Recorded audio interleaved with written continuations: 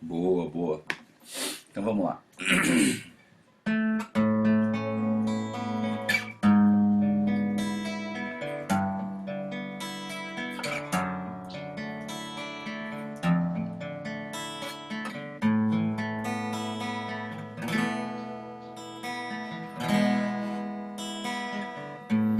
És Deus e me conheces como sou. Sabes onde vou, o que penso e onde estou. Na minha vida inteira, tudo vês. Tua mão me segue, cada passo meu. Se subo aos altos montes, lá estarás. Se ao mar profundo for, lá também me encontrarás. Se subo aos céus como águias, lá estarás. Na mais distante terra, lá me encontrarás.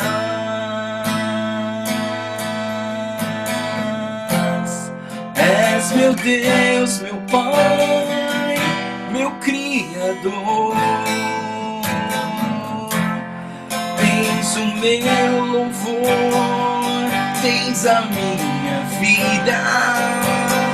Vem provar-me, Pai. Conhece o meu pensar, conhece todos os meus caminhos. Vem guiar-me, Pai. Dirige o meu pensar, faz meu andar caminho eterno.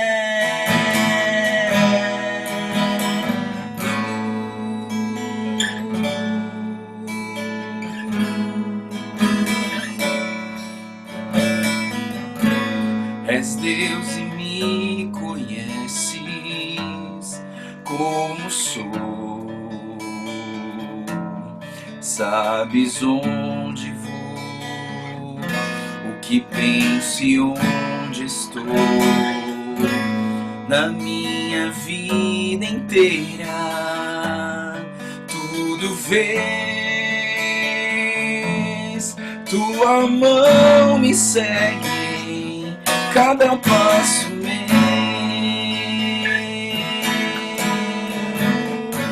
Se subo aos altos montes, lá estarás. Se ao mar profundo for, lá também me encontrarás. Se subo aos céus como águias, lá estarás. Na mais distante terra, lá me encontrarás.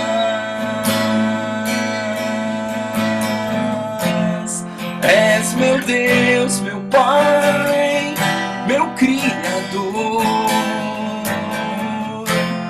Tens o meu louvor, tens a minha vida. Vem provar-me, Pai. Conhece o meu pensar, conhece todos os meus caminhos. Vem guiar-me, Pai. Dirige o meu pensar, faz meu andar caminho eterno.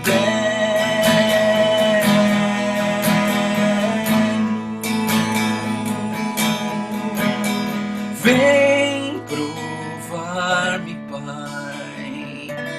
Conhece o meu pensar, conhece todos os meus caminhos.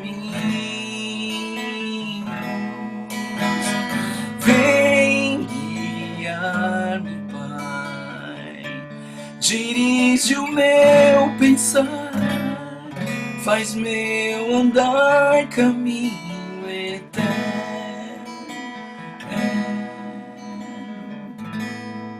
Senhor Deus, nós queremos te agradecer mais um dia de vida, te agradecer porque o Senhor nos conhece por dentro, por fora, em volta de nós. O Senhor conhece tudo. O Senhor conhece o nosso coração, os nossos pensamentos. E essa música, ela tem uma palavra muito forte, Deus. Vem provar-me, Pai. Eu não sei se todos aqui estão dispostos a pedirem isso, Deus, mas eu oro, Pai, para que na nossa maturidade, no nosso conhecer do Senhor, nós não tenhamos medo de pedir a Ti, Deus. Vem provar-me, Pai. Vem provar a minha fé. Vem provar a minha persistência. Vem provar o meu amor por Ti, Deus. E eu oro, Deus, para que o Senhor fale aos nossos corações, que através da Tua palavra o Senhor venha conduzir-nos, Senhor. Assim como diz o final dessa música. Vem guiar-me, Pai. Dirige o meu pensar e faz o meu andar um caminho eterno. Obrigado, Deus. Colocamos as nossas vidas nas Tuas mãos e hoje nós estamos muito gratos por ver a Dani aqui com a gente, Deus, e por ver que o Senhor esteve com a Tua mão sobre ela em cada momento. E nós colocamos a vida dela nas Tuas mãos, Senhor, sabendo que o Senhor é bom e que o Senhor vai fazer uma restauração completa. Te agradecemos e te louvamos, Pai, por tudo que o Senhor é, em nome do Senhor Jesus.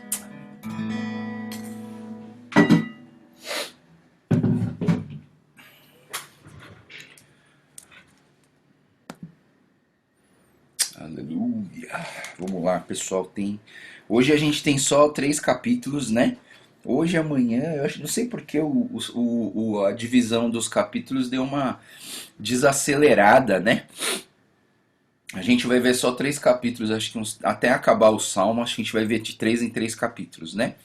Mas tem bastante coisa para falar aqui hoje e eu espero que eu traga pelo menos o essencial para a gente pensar no que Deus tem para nós hoje, tá bom?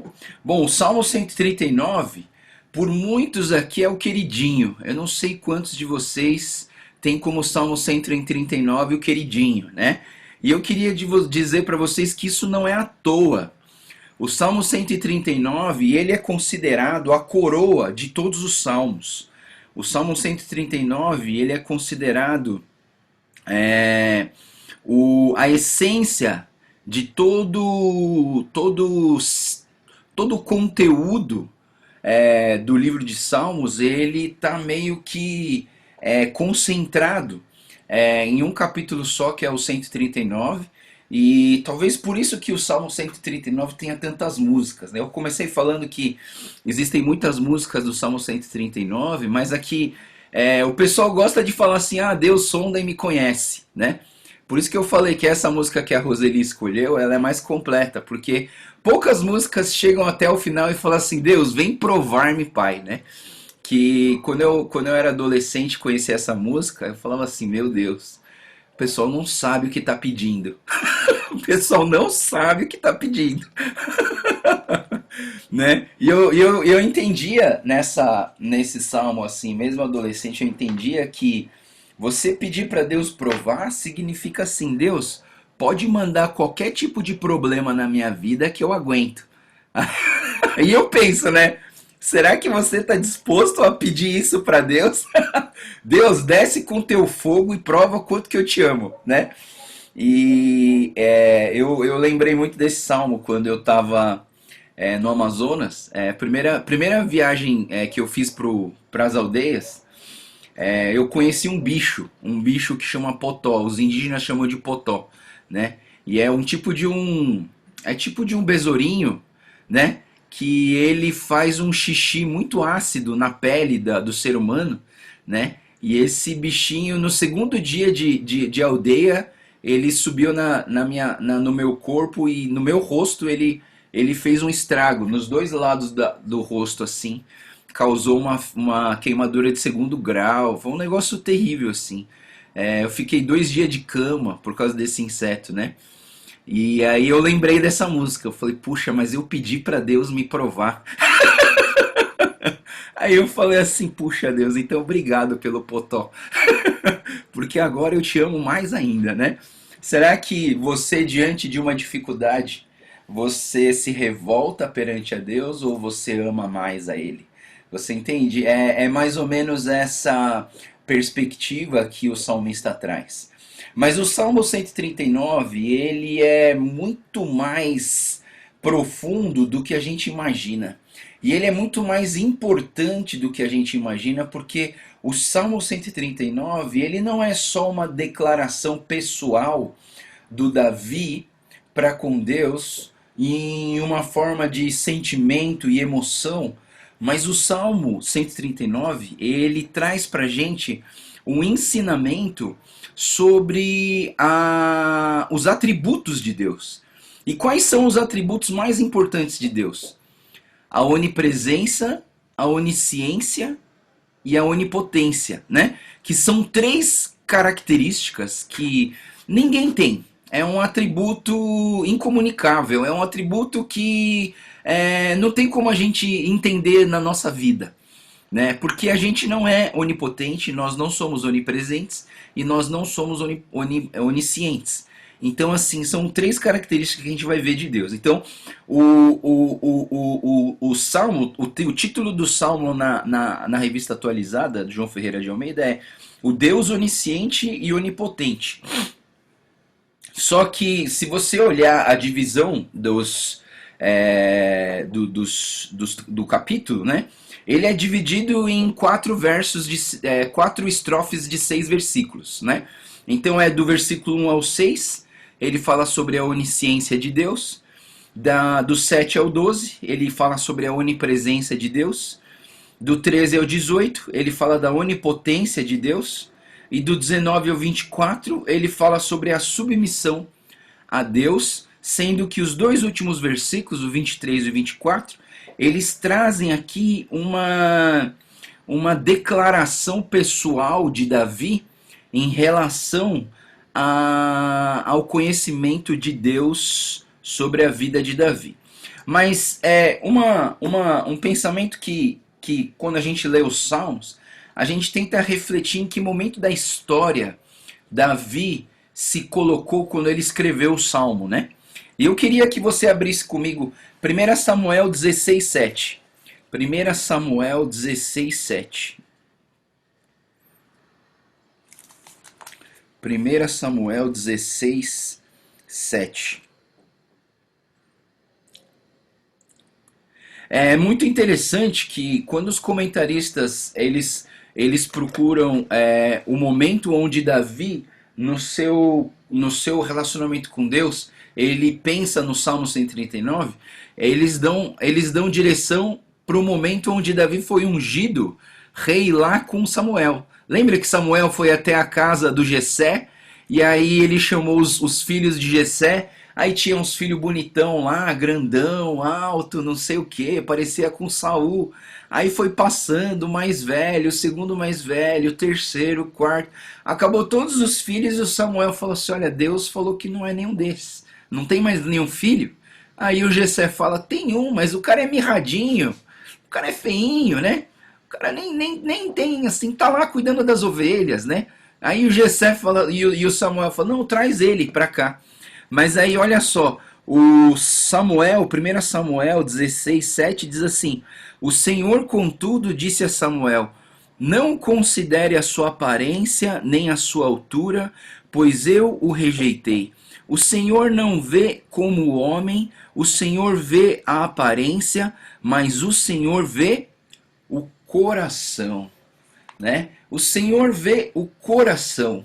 E é a partir desse versículo que eu acho que a gente precisa começar a falar do Salmo 139. Porque Deus, ele vê o insondável. Entendeu? Deus, ele vê aquilo que a gente não consegue enxergar, né?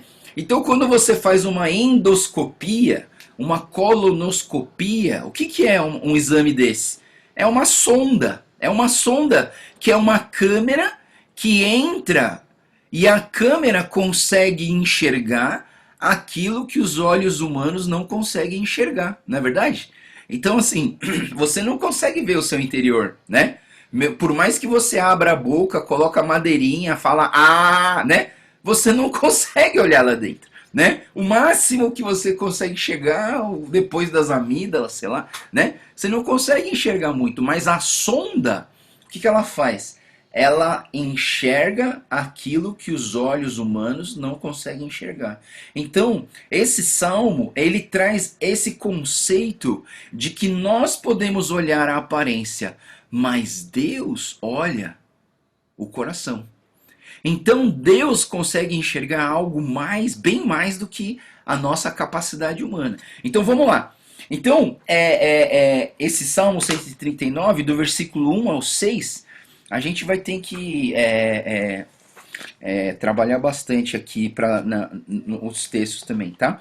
Mas do versículo 1 ao 6, a gente vai ver assim o salmista falando sobre a onisciência de Deus. Onisciência no sentido que Deus sabe de todas as coisas. Deus conhece todas as coisas, Deus conhece o teu coração e Deus conhece a sua mente. Então o Salmo diz: Senhor, tu sondas e me conheces, sabe quando me assento e me levanto, de longe percebe meus pensamentos. Sabes muito bem quando trabalho, quando descanso, e todos os meus caminhos são bem conhecidos por ti. Antes mesmo que a palavra me chegue à língua, tu já conheces inteiramente. Tu me cercas por trás e pela frente, põe a tua mão sobre mim. Tal conhecimento é maravilhoso demais, está além do meu alcance e é tão elevado que não posso atingir. Então, dentro desses 6 versículos, você tem aqui 7 declarações de Davi, né? E ele vai fazer 7 declarações sobre a onisciência de Deus. Primeira declaração, ele vai falar assim, que Deus é aquele que sonda, é aquele que examina, é aquele que conhece, é aquele que julga as intenções do nosso coração, né? Muitas vezes nós somos enganados por nós mesmos, achando que uma coisa que a gente faz simplesmente pela boa motivação é algo bom que a gente está fazendo, né? E muitas vezes eu penso, né? O que nós deveríamos fazer diante de um Deus que conhece tudo?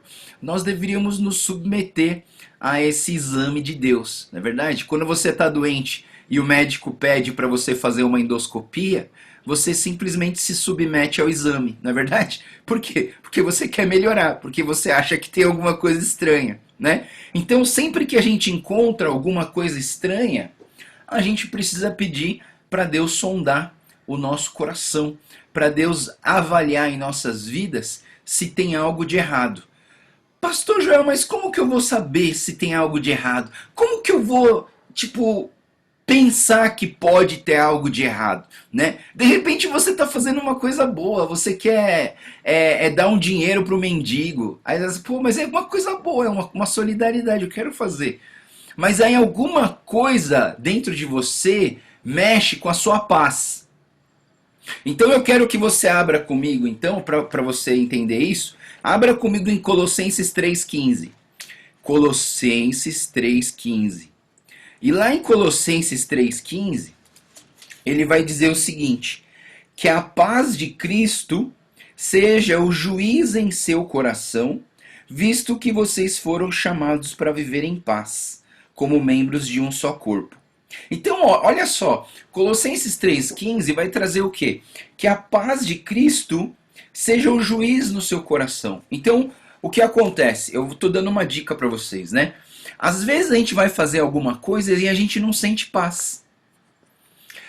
Alguma coisinha lá dentro do nosso coração tá apitando, falando assim, tem alguma coisa estranha. Sabe quando você vai fazer comida e um dos ingredientes está podre? Aí você tá fazendo assim, mas aí você sente um cheirinho, tem alguma coisa errada. O que você faz? Você para tudo, na verdade. Você não continua fazendo a comida, senão você vai ter que jogar tudo fora. Então o que você faz? Você dá uma paradinha e começa a procurar e começa a cheirar tudo. Você começa a examinar para ver aonde está o problema. Aí você, já sei, é a maionese que está estragada. Aí o que você faz? Você elimina a maionese estragada. Você tira aquilo que pode prejudicar o todo. Você entende? Então, de uma certa maneira, essa paz no nosso coração, porque você foi criado para viver em paz, às vezes a gente vai sentir um desconforto aqui dentro de falar assim, tem alguma coisa errada. Pode ser que você esteja certo, mas Deus ele está tocando e falou assim, não, dá uma olhada, né? Então, assim, primeira declaração de Davi, do salmista, é: Deus, sonda o meu coração, examina o meu coração, conhece o meu coração, julga meu coração, para ver se há alguma intenção ruim na minha boa intenção. Você entende?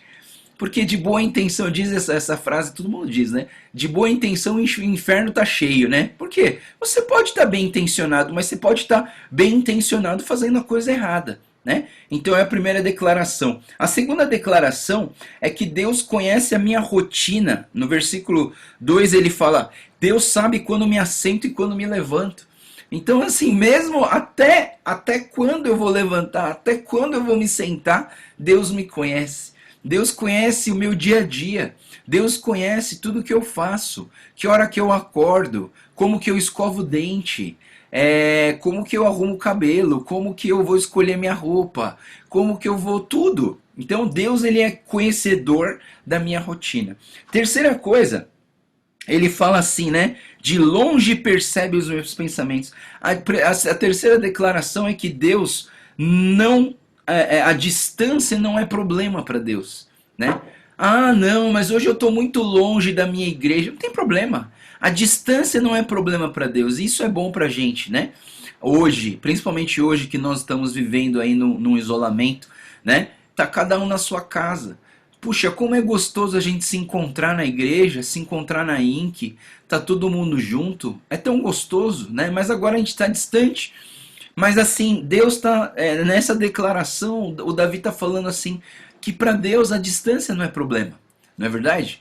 Eu acredito que muitos de vocês estão sendo mais abençoados hoje na distância por conta das devocionais, dos estudos, do que quando a gente se reunia na igreja no domingo de manhã, entendeu?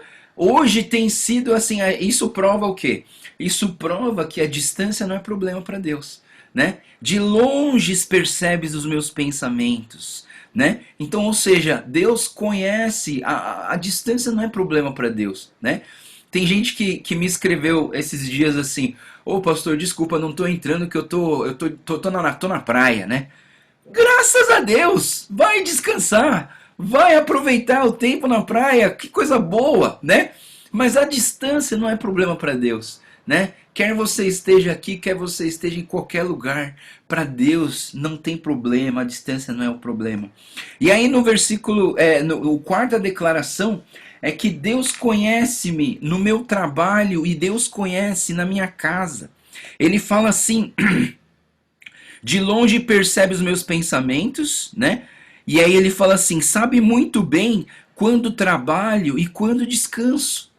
Olha só que interessante, pessoal. Você pode ser, às vezes você é uma pessoa em casa, uma pessoa na igreja e uma pessoa no trabalho. Você já viu gente assim, né?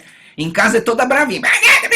Aí no trabalho é tudo, tá bom, tá bom. Aí na igreja é toda boazinha, quer dar abraço em todo mundo, né? Mas na verdade, Deus sabe de todas as coisas. Deus sabe como que você é no trabalho. Deus sabe como você é em casa. Deus sabe como que você é com as pessoas, né?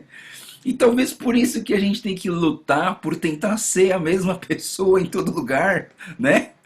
Eu sei que quando você tá na intimidade da sua casa, né, você tem mais liberdade para bater no teu marido, quer dizer, para conversar com seu marido e tal, assim, né? Mas assim, eu penso que Deus conhece todas as coisas, Deus sabe como você é em cada lugar. E é uma declaração importante da gente entender que Deus conhece o nosso interior. E eu queria deixar uma coisa bem clara, tá, pessoal? Não é porque Deus enxerga essas coisas que ele não aceita a gente. que ele fica muito bravo com a gente, não quer mais falar com a gente. Você entende? Deus, ele te ama tanto, ele te conhece. Isso aqui é para você entender, ele te conhece, né? Quantas vezes a gente vai passar por momentos onde até os nossos filhos vão falar assim: "Ah, pai, você não sabe do que eu tô passando". Minha filha, eu te gerei. Eu te conheço desde que você nasceu, cara. Eu peguei você no colo, cara. Eu sei tudo que você comeu até hoje. Eu sei onde você estudou. Eu conheço. Eu sei de muita coisa. Ah, não, mãe, você não me conhece. Você não sabe do que eu tô passando. E é interessante que a gente. Quantas vezes a gente não fez isso com Deus? Quantas vezes a gente não chegou para Deus e falou assim: Deus, você não tá sabendo o que eu tô passando. Você não se importa comigo, né? E eu penso que a gente precisa entender isso. Deus conhece todo o nosso interior. A quinta declaração é que Deus conhece todos os meus caminhos, né? Então ele fala assim: é, ah, todos os meus caminhos são bem conhecidos por ti, né? Então assim, todo lugar que você já foi, todo lugar que você está hoje, todo lugar que você vai amanhã, em todos os teus caminhos Deus te conhece, né? Eu fico meio assim, às vezes incomodado comigo mesmo, sabe? Porque de uma certa maneira eu mudei de igreja duas vezes ou três vezes, né? Eu nasci na igreja metodista livre e aí depois eu fui para a igreja coreana. Aí na igreja coreana eu fui como missionário, mas eu continuava pertencendo à igreja coreana. E eu fui para o Amazonas, e lá no Amazonas eu meio que pertencia a três igrejas, porque eu ia pulando de igreja em igreja para ajudar as igrejas e para pertencer às igrejas. E aí em 2016 eu voltei para Vila Mariana, para Metodista Livre, né? Então eu voltei para minha casa, para onde eu era no começo, né? E eu fiquei pensando comigo mesmo assim, né? Que essas andanças, eu fico pensando, puxa, será que eu errei, né? Eu vou confessar um pecado para vocês hoje, né? Quando eu saí da Metodista Livre, eu tinha uns 18 anos, 17, 18 anos, né? E eu lembro que eu escrevi uma carta pro pastor Kikuchi. Eu escrevi uma carta falando por que eu ia sair de lá, tal, assim, porque eu era um jovem meio que referência lá, eu era líder, não sei o que, e eu resolvi sair porque eu achava que a igreja não estava me ensinando sobre missões e eu queria aprender sobre missões. E eu escrevi uma carta. E aí eu achei essa carta, porque eu escrevi um rascunho e dei uma para ele, né? E eu sempre tive vergonha dessa carta. E um dia a Débora achou essa carta. E ela leu essa carta. Ela falou: Joel, não acredito que você escreveu isso aqui. Como isso é ridículo. A Débora ficou brava comigo. Mas foi ridículo mesmo, pessoal. Para vocês verem que na nossa imaturidade a gente toma decisões erradas, né? Mas assim, e eu pensando assim, puxa, o que eu faço então, né? Apago tudo aquilo que eu vivi, né? Todos os caminhos que eu percorri, não, né? Eu acho que mesmo nos nossos erros e nas nossas falhas, Deus conhece o nosso caminho.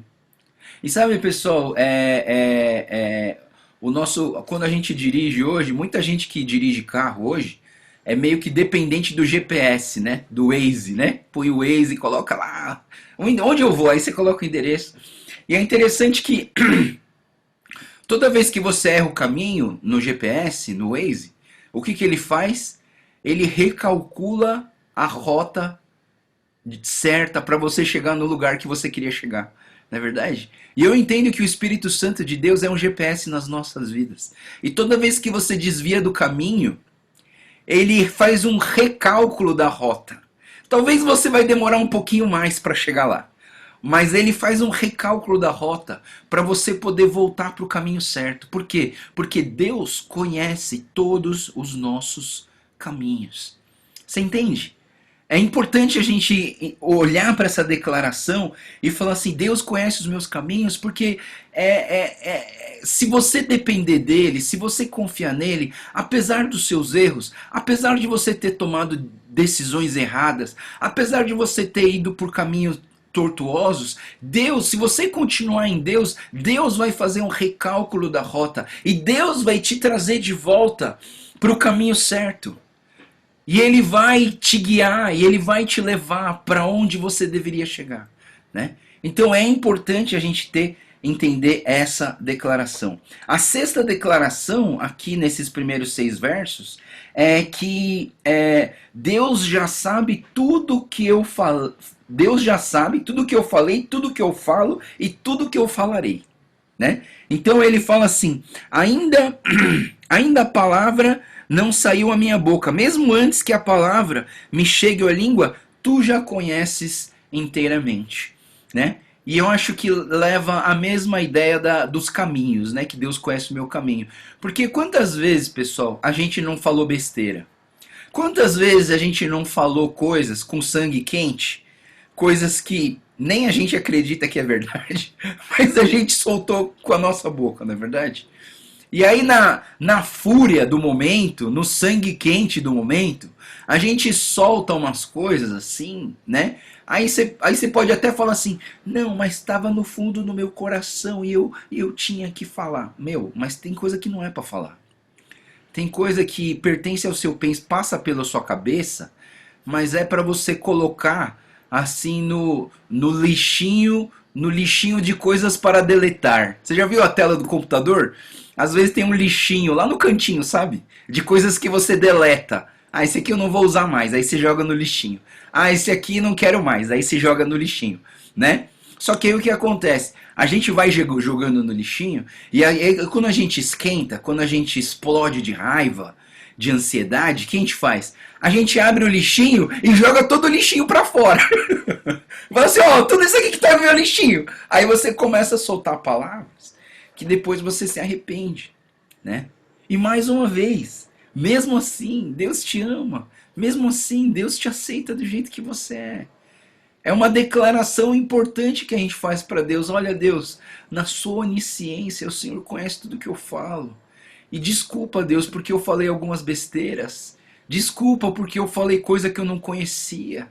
Desculpa porque, sabe, eu tenho uma frase que diz assim, né? Boca fechada não entra mosquito. Já ouviu falar nessa frase? Porque quem fala muito, no final, vai acabar falando alguma besteira, né?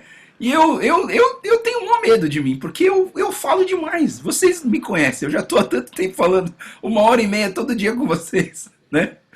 E eu falo demais. E quem não me garante que eu já falei um monte de besteira para vocês, né? Por isso que eu peço que vocês possam filtrar também aquilo que eu falo, né? Filtrar e falar assim: não, esse aqui é da cabeça do pastor Joel, esse aqui eu não vou nem anotar no meu caderninho, né? Não tem problema, mas é o que eu penso, né?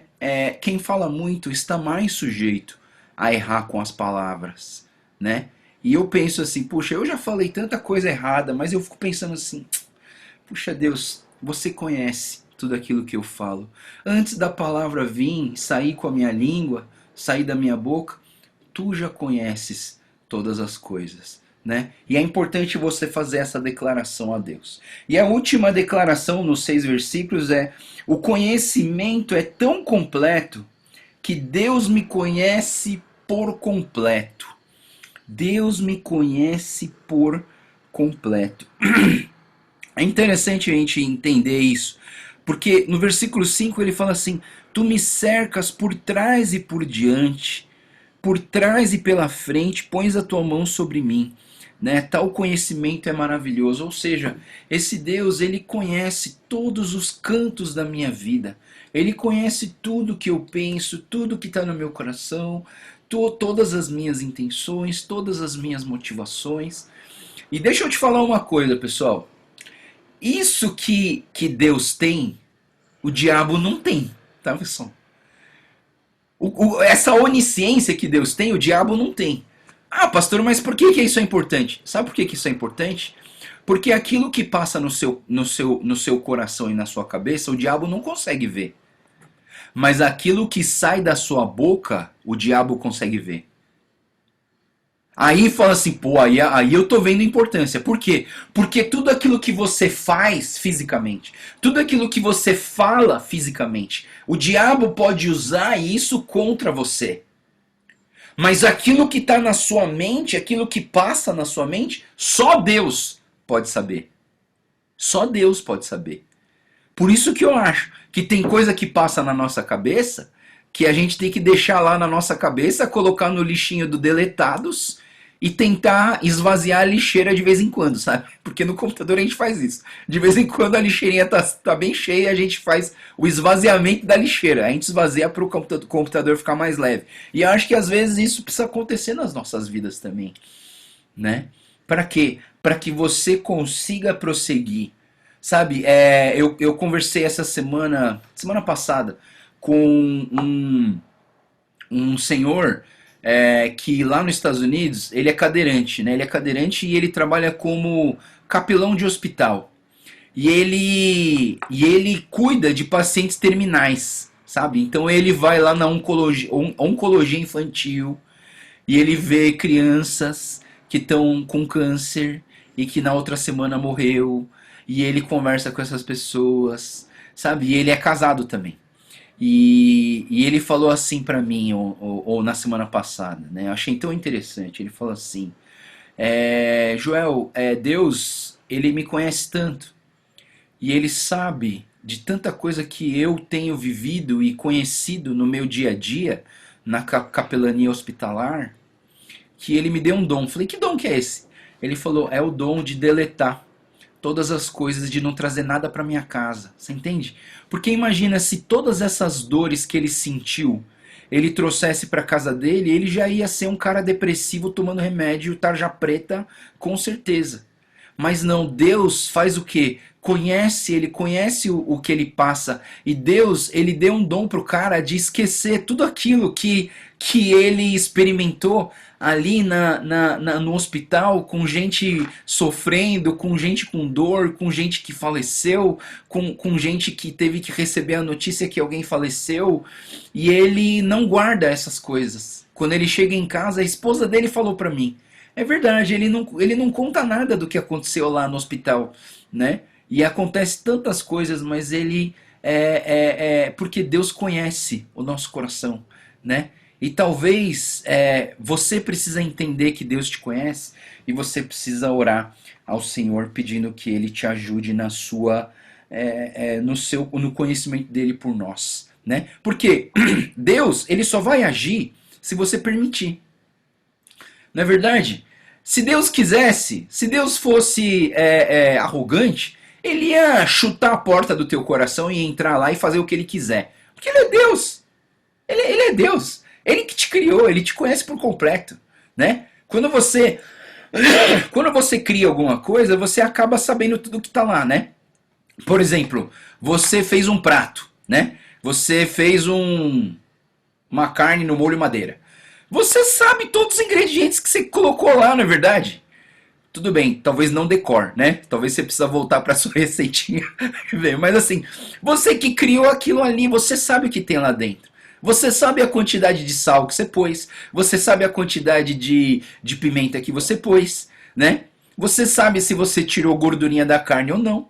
Então, assim, se alguém perguntar, quanto de açúcar tem aqui? Quanto de sal tem aqui? Você vai falar porque você conhece. Porque foi você que criou. Deus te criou. Deus conhece tudo em você. Mas esse Deus, ele é tão amoroso que ele não invade o teu coração. Ele espera você reconhecer isso. Ele espera você abrir o teu coração. A palavra diz, eis que estou à porta e bato. Se você abrir, eu entrarei. Se você deixar, eu entrarei. Você entende que muitas vezes a gente não abre a nossa porta para Deus. Por vergonha, por achar que ele vai mexer em uma coisa que a gente não quer que ele mexa, por não querer ser tão obediente assim, você entende? Mas assim, se ele te conhece por completo, a melhor pessoa para entrar na nossa casa seria ele. Vamos lá. Aí o segundo bloco, a segunda estrofe desse salmo é do 7 ao 12, né? Fala sobre a onipotência de Deus. Ele faz uma seguinte pergunta no versículo 7. Uma pergunta retórica, né? Duas perguntas. Para onde eu poderia escapar do teu espírito? Para onde poderia fugir da tua presença? Então, assim, essas perguntas elas são retóricas. Por quê? Para onde que você pode fugir da presença de Deus? Para nenhum lugar. Não tem nenhum lugar que Deus não possa estar. Não existe nenhum lugar que Deus não esteja, porque Ele é onipresente. A sua onipresença mostra que Ele pode estar em todo lugar. E aí o salmista ele faz três contrastes aqui, né? Ele faz três contrastes. Então no versículo 8, ele diz assim: se eu subir aos céus, lá estás. Se eu fizer a minha cama na sepultura, lá estás também. Então o primeiro contraste que o salmista faz é que se eu morrer e for para o céu, Deus vai estar lá. E se eu morrer e for para o inferno, Deus vai estar lá também. Como assim, pastor? Como assim? Deus vai estar no inferno? Meu Deus do céu, como que pode isso? Muitos de nós, quando a gente entende sobre o inferno, a gente entende assim: o que é o inferno? É a ausência completa de Deus. Já ouviu essa frase? O inferno é a ausência completa de Deus. Não é verdade, não é verdade. Essa frase ela está incompleta. Por quê? Porque Deus está no inferno. Mas Deus ele está lá para julgar aqueles que estão condenados para o inferno. Mais uma vez, pessoal, Deus não fez um inferno para os seres humanos. Deus não fez o inferno para os seres humanos. Deus fez o inferno para Satanás e os seus demônios. Agora, a questão é a seguinte: se você não optar por Deus, se você não viver em obediência ao Senhor, você vai com o diabo para o lugar dele. E aí eu pergunto, Deus vai estar lá? Sim, por quê? Porque Deus ele vai estar lá para julgar e determinar que o seu lugar é lá mesmo. Você entende? Então, a gente tira uma dúvida cruel aqui. Se Deus pode, a pergunta que todo mundo faz é: se Deus pode estar em todo lugar, Deus pode estar no inferno? Claro que pode. Claro que pode. Por quê? Ele não está lá como um pai amoroso, ele não está lá porque o inferno é para ele não está lá porque ele gosta de calor, sei lá. Não, ele está lá porque ele está lá para julgar as pessoas, os demônios de Satanás e declarar para eles que o lugar deles é lá mesmo. Você entende? Esclarece para vocês isso? Né? Isso aqui é muito importante para vocês pensarem, tá bom? É uma lição bem importante para nós. Vamos lá, o segundo contraste do salmista é o versículo 9, que ele diz assim: se eu subir com as asas da alvorada e morar na extremidade do mar, mesmo ali a tua mão direita me guiará e me sustentará. E o que significa quando a palavra de Deus fala subir com as asas da alvorada e nas extremidades do mar? Significa o seguinte, pessoal: todas as manhãs você vê os pássaros voando na manhã, entendeu? Então eles estão se deslocando. Os pássaros, eles são espertos. Eles sempre procuram o calor. Então eles sempre estão voando para um lugar mais quente. E como eles voam, eles estão rodando o planeta Terra, você entende? Eles vão para onde está mais quente. E o nosso planeta gira de como? Do Oriente para o Ocidente, do Ocidente para o Oriente, eu não sei exatamente qual que é essa rotação, porque ela é alternada, né? Mas assim, o contraste está dizendo é o seguinte: que Deus ele está no Oriente e Deus está no Ocidente. Deus está na manhã quando os passarinhos estão vindo e ele está ali no limite do mar quando o sol se põe e acaba o sol. Então, durante toda a rotação do planeta, então do Oriente até o Ocidente, Deus está presente. E é interessante, né, pessoal, que como eu estou coordenando o movimento Rise de jovens aqui no São Paulo, na verdade o movimento Rise é lá na Austrália. E a Austrália do Brasil, a gente está quase exatamente a um planeta de distância. Quando aqui agora é 10h50, lá é 11h50 da noite, né? Quase meia-noite. né? Por quê? Porque nós estamos a um planeta de distância. Eu estou no Ocidente, eles estão no Oriente, ou quando eles estão no Oriente, eu estou no Ocidente. Mas assim, Deus, ele está em todo lugar. Ele está lá e ele está aqui, né? Então é importante você entender esse contraste. E o terceiro contraste que o salmista faz é do versículo 11, que ele fala assim: mesmo que eu diga que as trevas me encobrirão e a luz se tornará noite ao meu redor, verei que nem as trevas são escuras para ti e nem a noite brilhará como o dia, pois para ti as trevas são luz. Para ti as trevas são luz. Então o que acontece? Ele está fazendo esse contraste entre a luz e as trevas. Mesmo porque metade do planeta está no escuro, enquanto a outra metade está sendo clareada pelo sol. Mas tanto faz, porque se Deus é a luz, ele vai estar sempre iluminando o nosso caminho, né? Então, assim, é importante você entender essa manifestação da graça de Deus nas nossas vidas através da sua onipresença. Então vamos lá, do versículo 13 até o versículo 18, aí você tem a onipotência de Deus. E a onipotência de Deus, ela é manifestada no reconhecimento do salmista pela sua criação.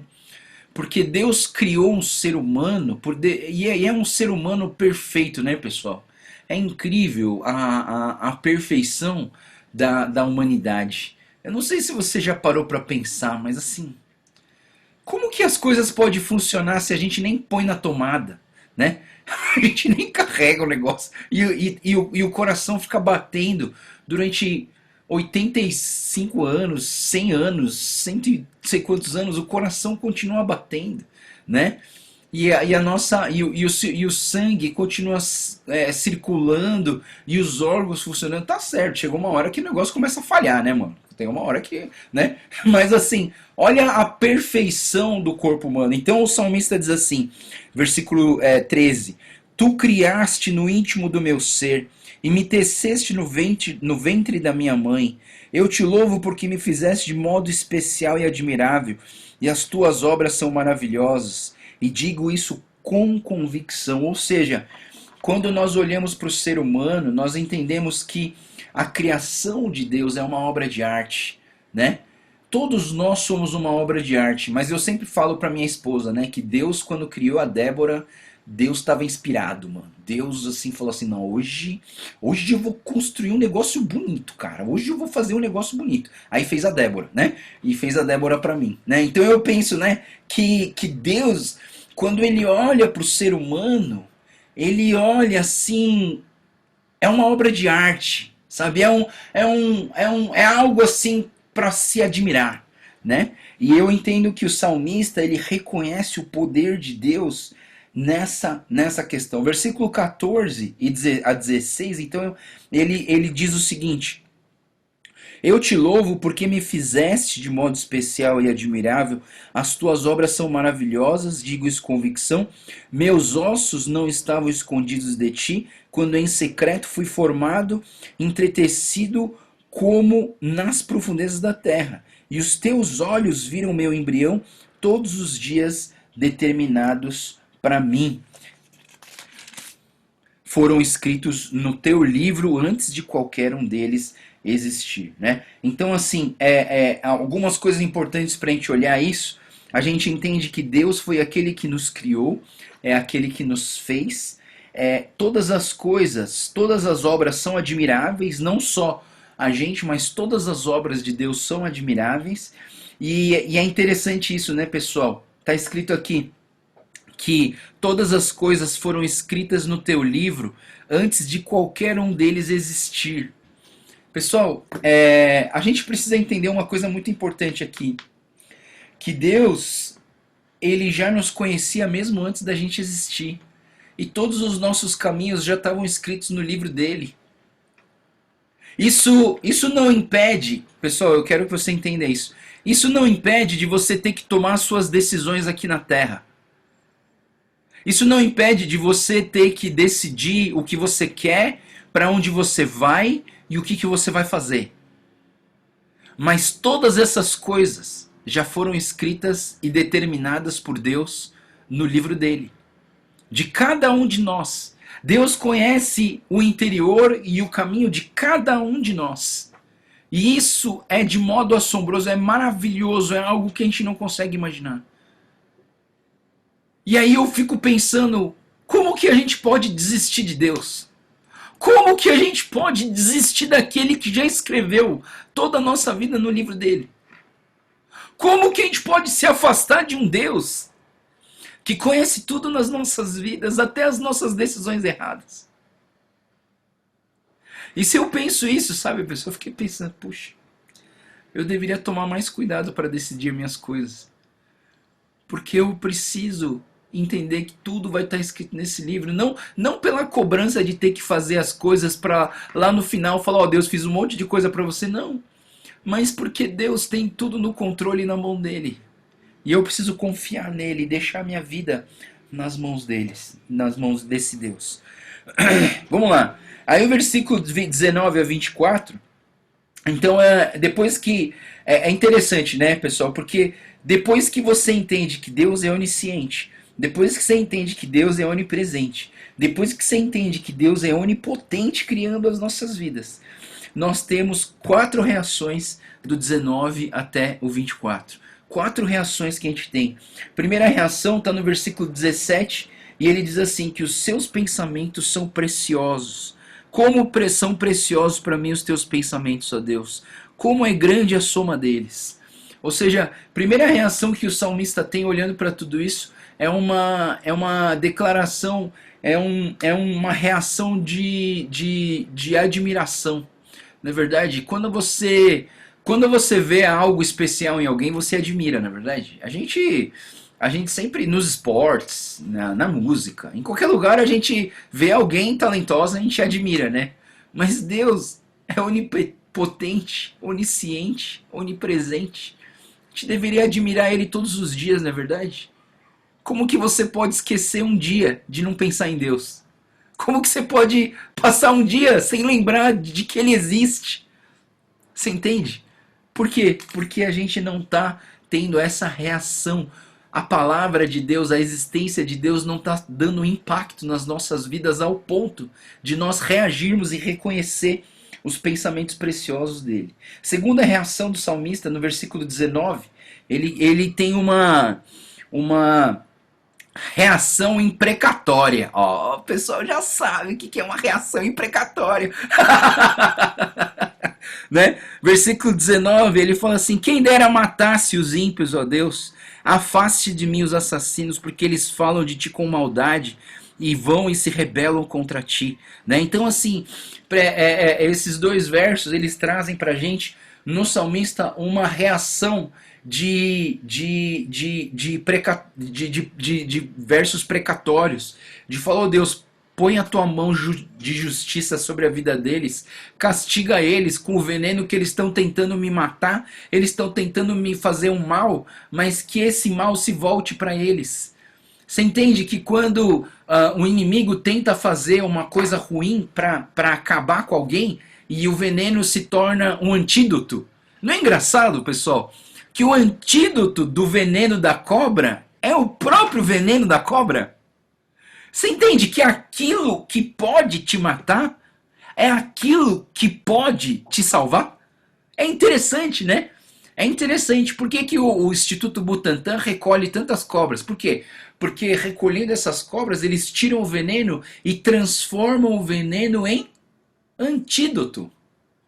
E é interessante isso, né, pessoal? Porque, por exemplo, se o inimigo pensou que o coronavírus e a pandemia ia ser algo que ia destruir a igreja, ele se ferrou, porque a igreja está mais forte, a igreja está muito maior, a igreja está muito mais unida, muito mais pessoas estão se convertendo para Jesus.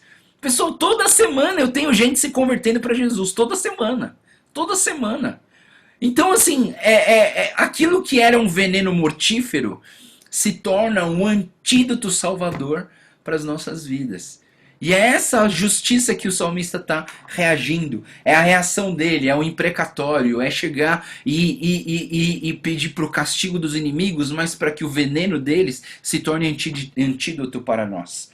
A terceira reação do salmista vem no versículo 21, quando ele diz assim, Acaso não odeio os que odeiam o Senhor? Não detesto os que se revoltam contra ti? E eu penso, sabe, que uma das reações olhando para um Deus onipotente, onipresente, onisciente, um Deus maravilhoso que os seus pensamentos são insondáveis, a gente não consegue suportar a ideia de alguém falar mal do nosso Deus. Você entende o que eu estou falando? Se alguém começa a falar mal do nosso Deus, eu não consigo ficar assim. Não, tudo bem, vai.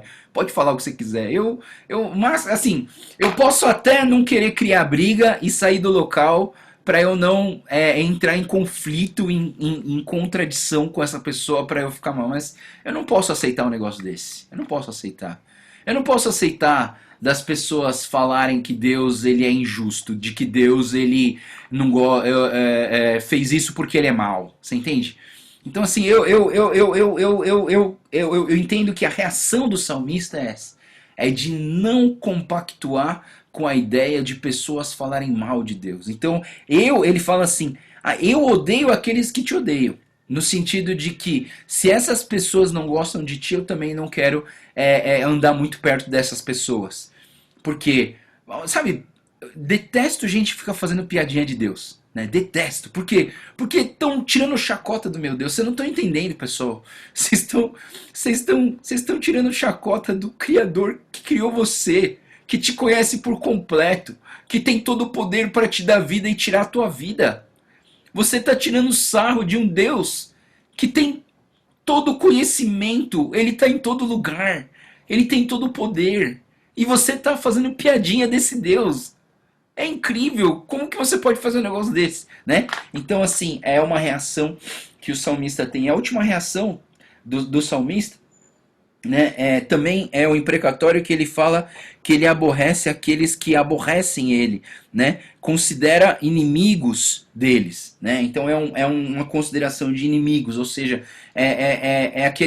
aquele começo de Salmo fala assim, eu não me sento na roda dos escarnecedores, dos zombadores, faço questão de não andar com eles, né?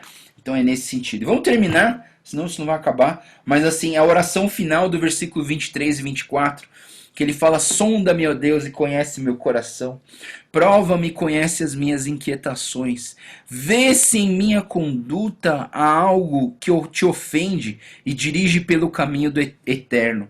E essa oração final, né, você tem dois pedidos básicos aqui, né? Sonda-me e dirige-me, né? Mais uma vez, o salmista volta para essa frase, sonda-me, ó Deus, né? Prova os meus pensamentos. E é importante, e é muito corajoso da sua parte se você tomar essa oração para si, né? Porque eu já falei para vocês, quem aqui ora pedindo provação na sua vida, né? ninguém gosta. Ô Deus, me dá uma aprovação bem forte, daquelas assim, terrível. Não, ninguém pede isso na sua vida, né? Você gosta de pedir prosperidade, você gosta de pedir saúde, você gosta de pedir proteção, né? Mas eu penso, sabe, pessoal, que à medida que a gente vai amadurecendo, a gente vai encontrando o porquê sofrer nesse mundo. Lembra que eu fiz essa pergunta para vocês? Você já descobriu o porquê que você vai sofrer? O porquê que você vai sofrer vai trazer para você o motivo da sua alegria. Sabe, quando você é criança, você só quer receber, né? Você só pensa no presente que você vai ganhar. Quando você é criança, você só pensa, visitante chegou, o que eu vou ganhar? O papai foi viajar e voltou, o que eu vou ganhar? Né? Mas quando você amadurece, você pensa do contrário. Você pensa, o que eu posso dar? Você entende que no amadurecimento você começa a mudar? Eu acho tão bonito quando os filhos amadurecem, crescem e falam assim, mãe, pode parar de trabalhar aí que agora eu vou te sustentar. Pode parar de trabalhar aí que eu vou pagar o seu seguro de vida. Pode parar de trabalhar aí que eu vou, sei lá. Você entende? Quando os filhos chegam no ponto de maturidade de falar assim, pai, pode deixar que eu dirijo para você. Pode deixar que eu carrego a sacola para você. Mudou a perspectiva. Antes ele só pensava em ganhar. E agora ele está pensando em dar. E agora ele está pensando em retribuir toda a bondade que o pai fez durante a vida. E isso espiritualmente também é real. Por isso que quando você ora, Pai, prova-me, é no sentido assim, Pai, deixa eu te mostrar o quanto que eu te amo. Deixa eu te mostrar o quanto que você é importante para mim. Deixa eu te mostrar o quanto que eu entendi do quanto que você me ama e do quanto que você fez para morrer numa cruz por mim. Eu não quero mais ficar ganhando coisa, Deus. Eu não quero mais ficar tendo mimo, sabe? De ganhar mimo do Senhor. Eu quero fazer alguma coisa para o Senhor para mostrar que eu te amo. E é essa frase: prova-me, prova os meus pensamentos. Né? Então Deus, ele vê o que eu não consigo ver. O Senhor sabe. Muitas vezes nós estamos cegos. Pessoal, quantas vezes você já ficou cego na vida? Cego de raiva? Já ficou cego de raiva? Quando você está tão com raiva, eu quero bater nessa pessoa, eu quero matar essa pessoa. Isso é cegueira espiritual. Você já ficou cego de paixão? Quando você se apaixona por uma coisa, aí aquela pessoa que você está apaixonado, ela é perfeita, ela não tem erros. Você está cego, né? Eu fico pensando, né? As minhas filhas, graças a Deus que elas ainda não estão nessa fase de namorar, mas eu fico pensando, né? Imagina quando eu começar a se apaixonar por alguém e ficar cego. Aí você enxerga um moleque e fala, esse moleque não presta não, filha. Ah, pai, mas ele é tão legal. Ah, meu Deus do céu!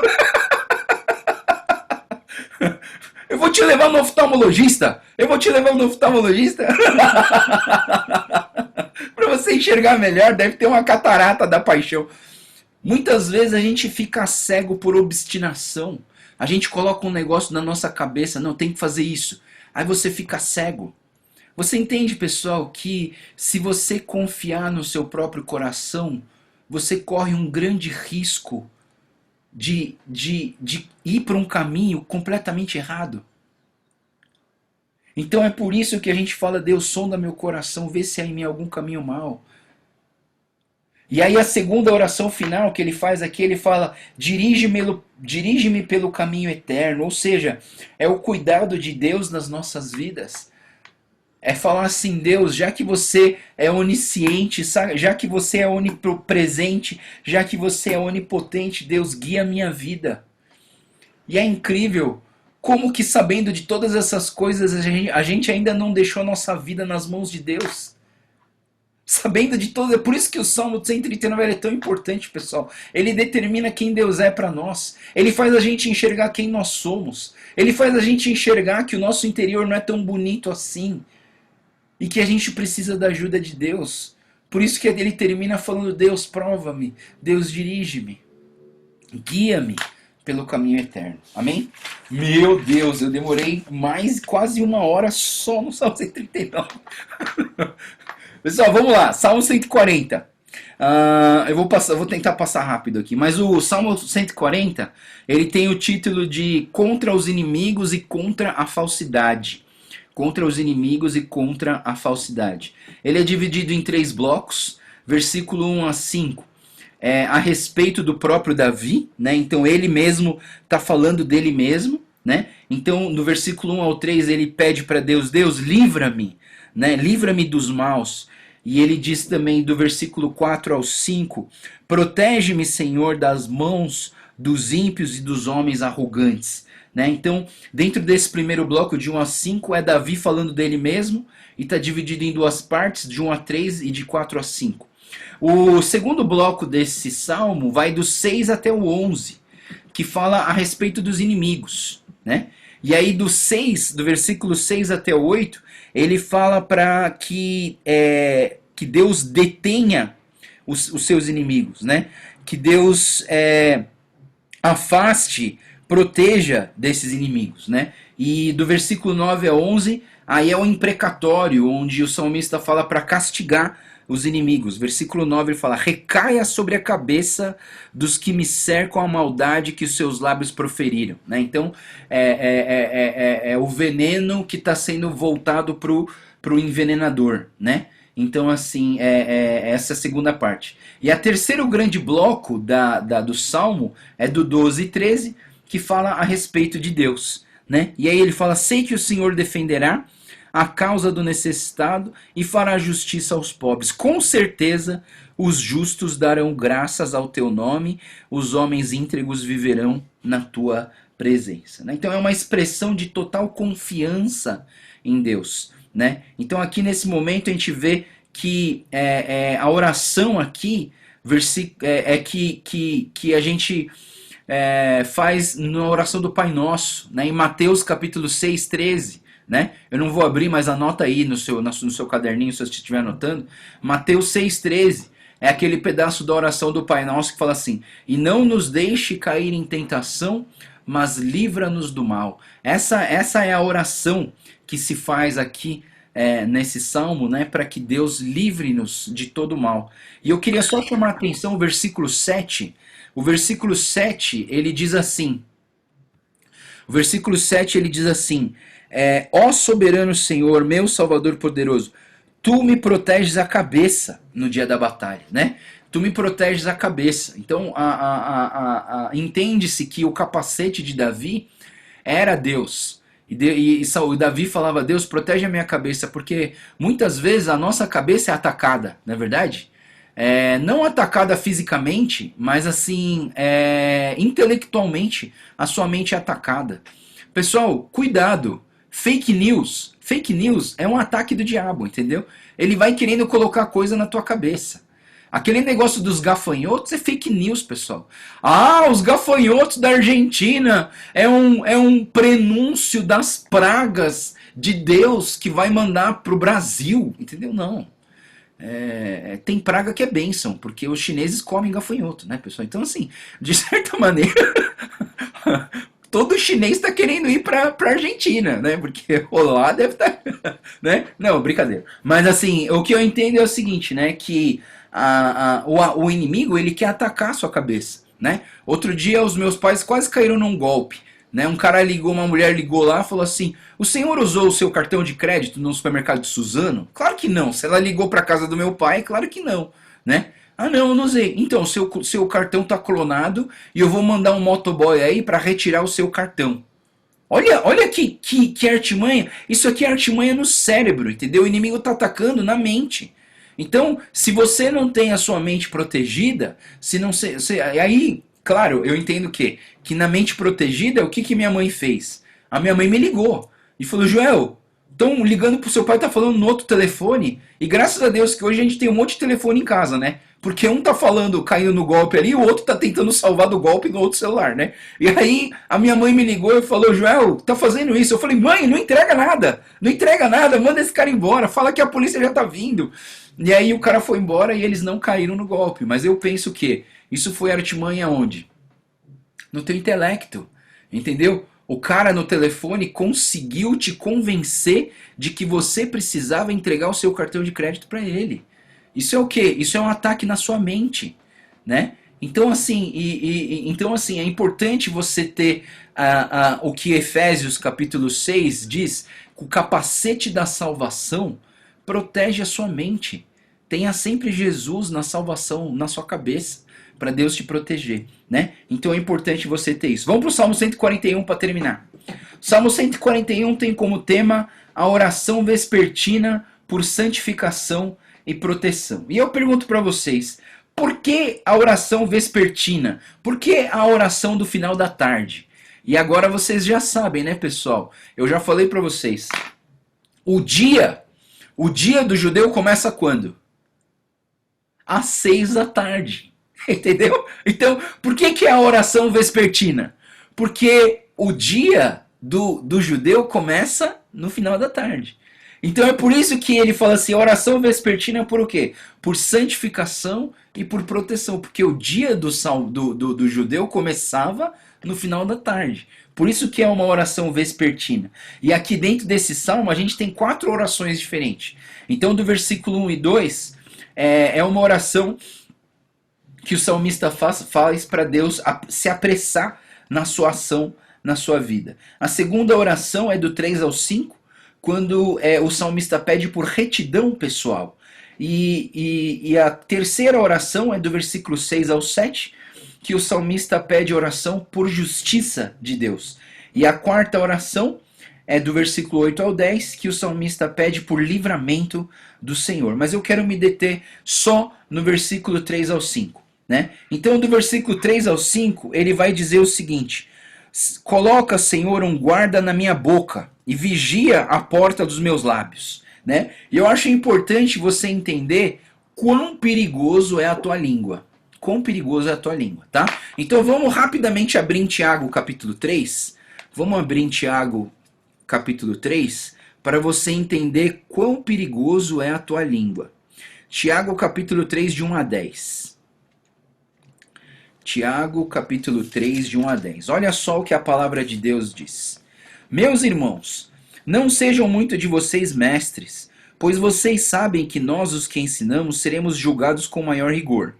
Todos tropeçamos de muitas maneiras. Se alguém não tropeça no falar, tal homem é perfeito, sendo também capaz de dominar todo o seu corpo.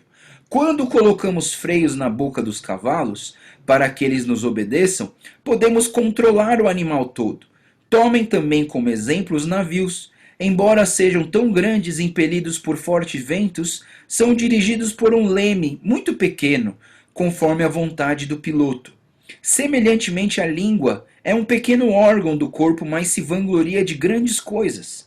Vejam como um grande bosque é incendiado por uma simples fagulha. Assim também a língua é um fogo, é um mundo de iniquidade. Coloca entre os membros do nosso corpo e contamina a pessoa por inteiro, e incendeia todo o curso da sua vida, sendo ela mesma incendiada pelo inferno. Toda espécie de animais, aves, répteis, criaturas do mar doma-se e tem sido dominada pela espécie humana. A língua, porém, ninguém consegue dominar. É um mal incontrolável, cheio de veneno mortífero. Com a língua bendizemos ao Senhor e Pai, e com ela amaldiçoamos os homens feitos à semelhança de Deus. Da mesma boca procede bênção e maldição. Meus irmãos, não pode ser assim. Né? Então eu queria deixar para vocês fazerem uma reflexão, né, sobre o versículo 3 do 41, que fala: guarda minha boca, Deus. Né? Por quê? E aí você vai lá em Tiago 3 e você percebe o quão quão perigoso é a nossa língua, né? Uma hora a gente está bendizendo ao Senhor, outra hora nós estamos amaldiçoando as pessoas. Você entende? Então nós precisamos pedir para Deus: Deus, controla a minha língua, né? Então como que a gente faz isso? Como que a gente pode cuidar disso? E aí vem o versículo 4. O versículo 4 fala assim: Deus, não permita que o meu coração se volte para o mal, nem que eu me envolva com práticas perversas com os malfeitores. Então a gente está pedindo para Deus cuidar da onde? Do nosso coração. Vamos lá, rapidamente, vamos abrir em Provérbios capítulo 4. Está aí pertinho, Provérbios capítulo 4, versículo 23 a 27. Provérbios capítulo 4, 23 a 27. Ele diz assim: acima de tudo, guarde o seu coração, pois dele depende toda a sua vida. Afaste da sua boca as palavras perversas, fique longe dos seus lábios a maldade, olhe sempre para a frente e mantenha o olhar fixo no que está diante de você. Veja bem por onde anda, os seus passos serão seguros. Não se desvie nem para a direita e nem para a esquerda, afaste os seus pés da maldade. Então o que o salmista, o provérbio está falando em relação ao nosso salmista aqui? Tome cuidado com o teu coração. Cuidado com o teu coração. Sobretudo, guarde o teu coração, porque dele procede as fontes da vida. É muito importante você tomar esse cuidado. E aí anota aí, eu não vou abrir, mas o Salmo 119, 10 e 11, vai falar assim: jovem, como pode manter puro o seu coração? Como que você pode manter puro o seu coração? Né? Aí ele diz assim: guardei no meu coração a tua palavra para não pecar contra ti. Não é verdade? Então, assim, qual que é a solução para a gente guardar o nosso coração? É a gente guardar a palavra de Deus no nosso coração, né? Então, assim, eu acho que o próximo caderninho que eu for comprar vai ser o caderninho de coração, porque daí eu vou guardar toda a palavra no coração. É brincadeira. Né? Mas assim, o caderninho que você anota, que você escreve, está sendo guardado no seu coração, você entende? É importante você fazer essas anotações. São coisas preciosas que a gente recebe de Deus. né? E só para completar, anota aí no seu caderninho para você ler depois. Mateus 12:34. O que está escrito em Mateus 12:34? Ele vai conectar o versículo 4 com o versículo 3. Ele fala o que em Mateus 12:34? A boca fala o que está cheio o coração. Então, se você quer controlar a sua língua e a sua boca, você precisa começar por onde? Pelo teu coração, né? Então guarda o teu coração, guarda a palavra de Deus no teu coração, porque você guardando a palavra de Deus no teu coração, o que vai sair da sua boca? Coisas boas. E no fundo, a nossa boca é um termômetro espiritual para saber como a gente está. Então você vê, pessoas que estão afastadas de Deus, elas reclamam demais, falam muito palavrão, tá sempre murmurando, tá sempre xingando, tá sempre falando coisa ruim. Por quê? Porque a boca, no final das contas, ele é um termômetro espiritual para a gente saber como que a pessoa tá. Agora você encontra com uma pessoa que estava internada com Covid no hospital. E aí essa pessoa começa a falar glória a Deus. Eu senti a presença de Deus, nunca me senti sozinha, me senti amada, cantava em todo lugar louvores ao Senhor. Termômetro espiritual. A pessoa pode até estar assim mal fisicamente, mas espiritualmente ela está voando nas alturas. Você entende? Que a boca chega a ser para nós um termômetro espiritual da nossa vida cristã. E para terminar o versículo 5, eu queria dizer assim, que Deus, o versículo 5 dá muito medo, mas assim, ele diz assim, fira-me o justo com amor leal. Fira-me o justo com amor leal. E por que o salmista está pedindo para Deus machucar ele, né? E eu penso, sabe, pessoal, anota aí, Hebreus 12:6, né? Conecta o versículo 5, esse fere-me com amor justo, a Hebreus 12:6. Hebreus 12:6 diz o quê? Deus disciplina a quem ama, né? Então o que é importante você entender, pessoal? Você estaria disposto a falar para Deus assim, ó Deus, se eu fizer alguma coisa, pode me dar um genkotsu. Já ouviu falar no genkotsu? Né? Genkotsu é uma batida com mão fechada na cabeça, se dói pra caramba. Né? Ô Deus, se caso eu fizer uma coisa, me dá um genkotsu para eu voltar pro caminho certo. Você entende? Fere-me, quando o salmista fala fere-me com o teu amor leal e justo, a gente está falando o que? Deus, traz a sua disciplina na minha vida que eu quero sempre andar no caminho certo, tá? E aí, por final, eu vejo que o versículo 5, ele tem outro verbo, e ele fala assim, e me repreenda, Deus, e me repreenda. E por último, anota aí, lê com vocês aí, Mateus 16, 21 a 23. Mateus 16, 21 a 23. Lembra daquele momento onde Jesus pergunta para os seus discípulos, quem os pessoal está falando que eu sou? E aí Pedro fala assim, tu és o Cristo, o Filho do Deus vivo. E aí Jesus fica super feliz com o Pedro e fala, puxa Pedro, o Espírito que te revelou isso. Aí logo depois, vem o versículo 21, quando Jesus começa a falar do seu sacrifício, da sua morte. E aí o Pedro, no versículo 22, ele repreende Jesus. Imagina, o Pedro repreende Jesus.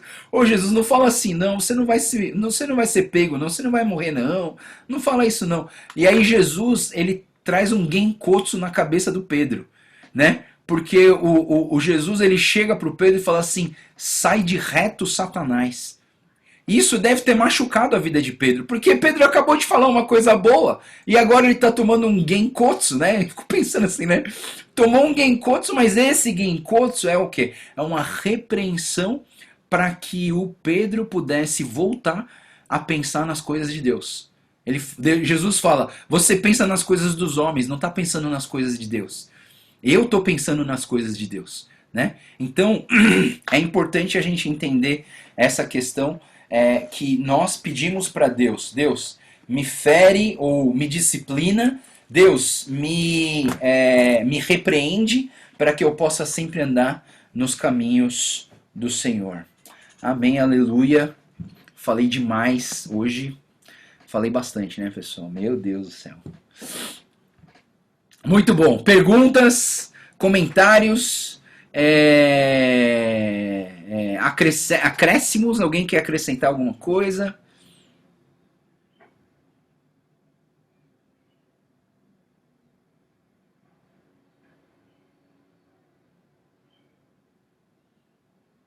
Não? Ok, então vamos orar então? Senhor Deus, muito obrigado, Pai, pela tua palavra. Muito obrigado, Senhor, por entender a sua onisciência, onipresença e onipotência. E obrigado, Deus, por poder olhar para a tua palavra e nos colocar em nosso devido lugar diante de um Deus maravilhoso, onde os seus pensamentos são muito mais elevados do que os nossos pensamentos. Deus, oramos, Pai, com ousadia nesse dia, Deus, que o Senhor nos molde, que o Senhor prove o nosso amor por Ti, que nós possamos começar a andar num outro nível de maturidade com o Senhor, Pai. Abençoa o Teu povo, protege o Teu povo, guia o Teu povo no caminho eterno, para que nós possamos andar sempre contigo. Te agradecemos tudo isso e colocamos esse dia nas Tuas mãos, orando em nome do Senhor Jesus. Amém. Amém. Obrigado, pessoal. Deus abençoe e tenha um ótimo dia maravilhoso na presença de Deus. A gente se vê amanhã, tá bom? Tchau, pessoal. Até amanhã.